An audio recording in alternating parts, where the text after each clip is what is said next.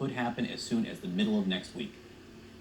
Joining us now is Alysha Farah. She is the former White House communications director under President Trump, who stepped down at the beginning of December. Alysha, I appreciate your willingness to come on and talk to us. You left in early December because you say you saw what was coming. What did you fear? Well, John, thanks again for having me. And first and foremost, I want to say that what happened at the Capitol was unacceptable, un-American, undemocratic, and any Republican, Democrat, person of any political stripes needs to be able to denounce it in the staunchest terms. But I'll tell you this, I had growing concerns about the fact that I felt like we were misleading the public with this endeavor to say that the election was stolen. There began with being legitimate questions about fraud, about irregularities. This happens with most national elections, and obviously when you're doing significant mail-in voting. But we had paths for recourse, more than 60 cases that went before different courts, many with conservative judges. And it became abundantly clear we just didn't win. And that's okay. That's foundational to a democracy.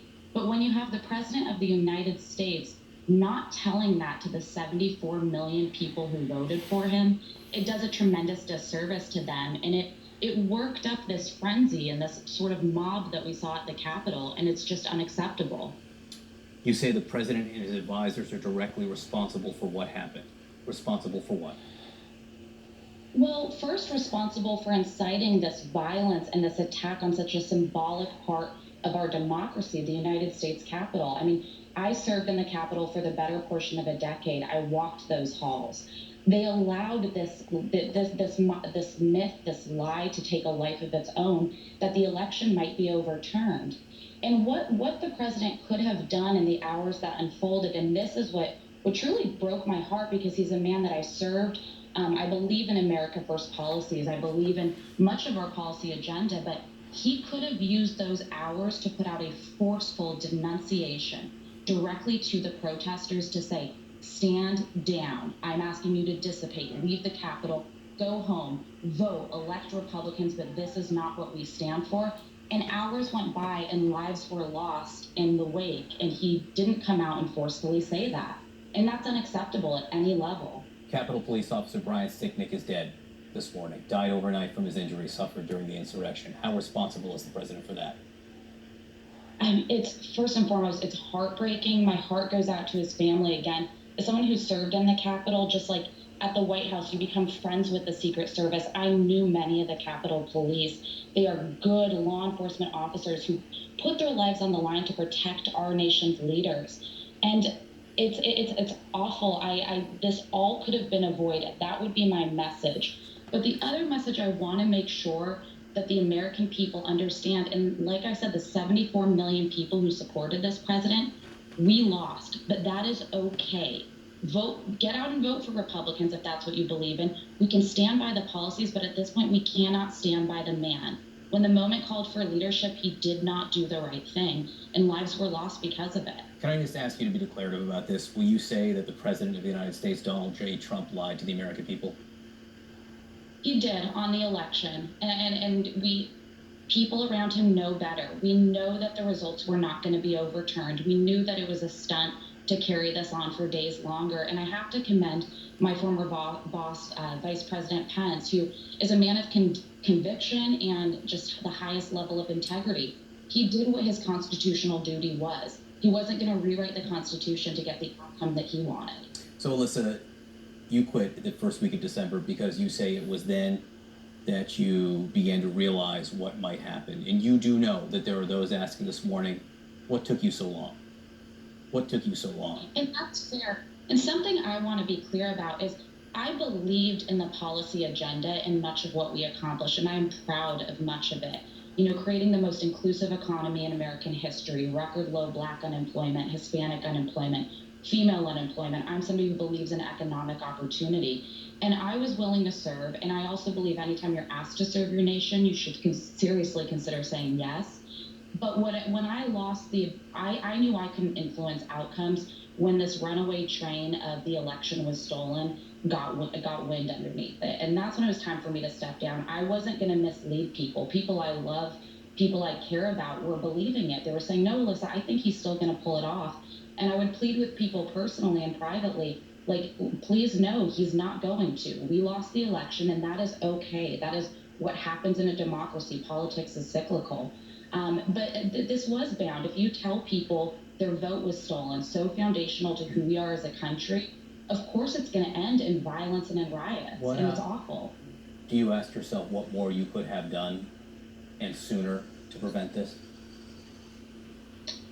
Specific to the election issue, I just don't know. I was ready to go out after Election Day and say, look, there were incredible things we should be proud of. Record Hispanic turnout for Republicans, record Black turnout for Republicans, electing so many women to the House of Representatives, and say, you know, this president never planned to be in Washington forever. He didn't win, but there's a lot we should be proud of in our agendas moving forward. But I was asked to stand down, and the message instead of the election was stolen is what won the day, and it's wrong. And the American people need to know you can trust your institutions, you can trust your vote. We didn't win because we just came up short, and that happens. Would you feel safer this morning if President Trump resigned? I think that it's something he should seriously consider. I don't think that when you've got just a number of days left, there's any need to carry on kind of the charade of an impeachment. The People's House needs to get back to work. We need to get aid to tens of millions of Americans.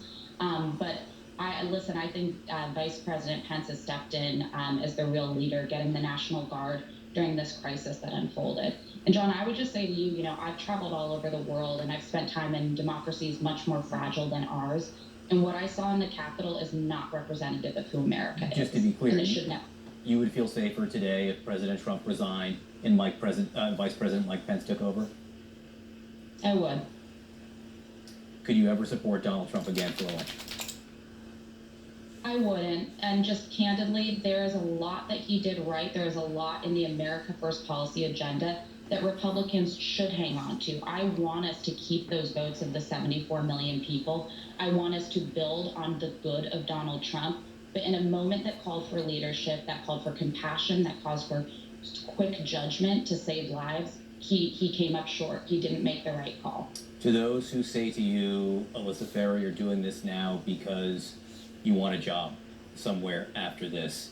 You're doing this now to clean up your own reputation, you say? I have a job for one, but I stand by the positions I held in the White House, the public statements I made, the private counsel that I gave.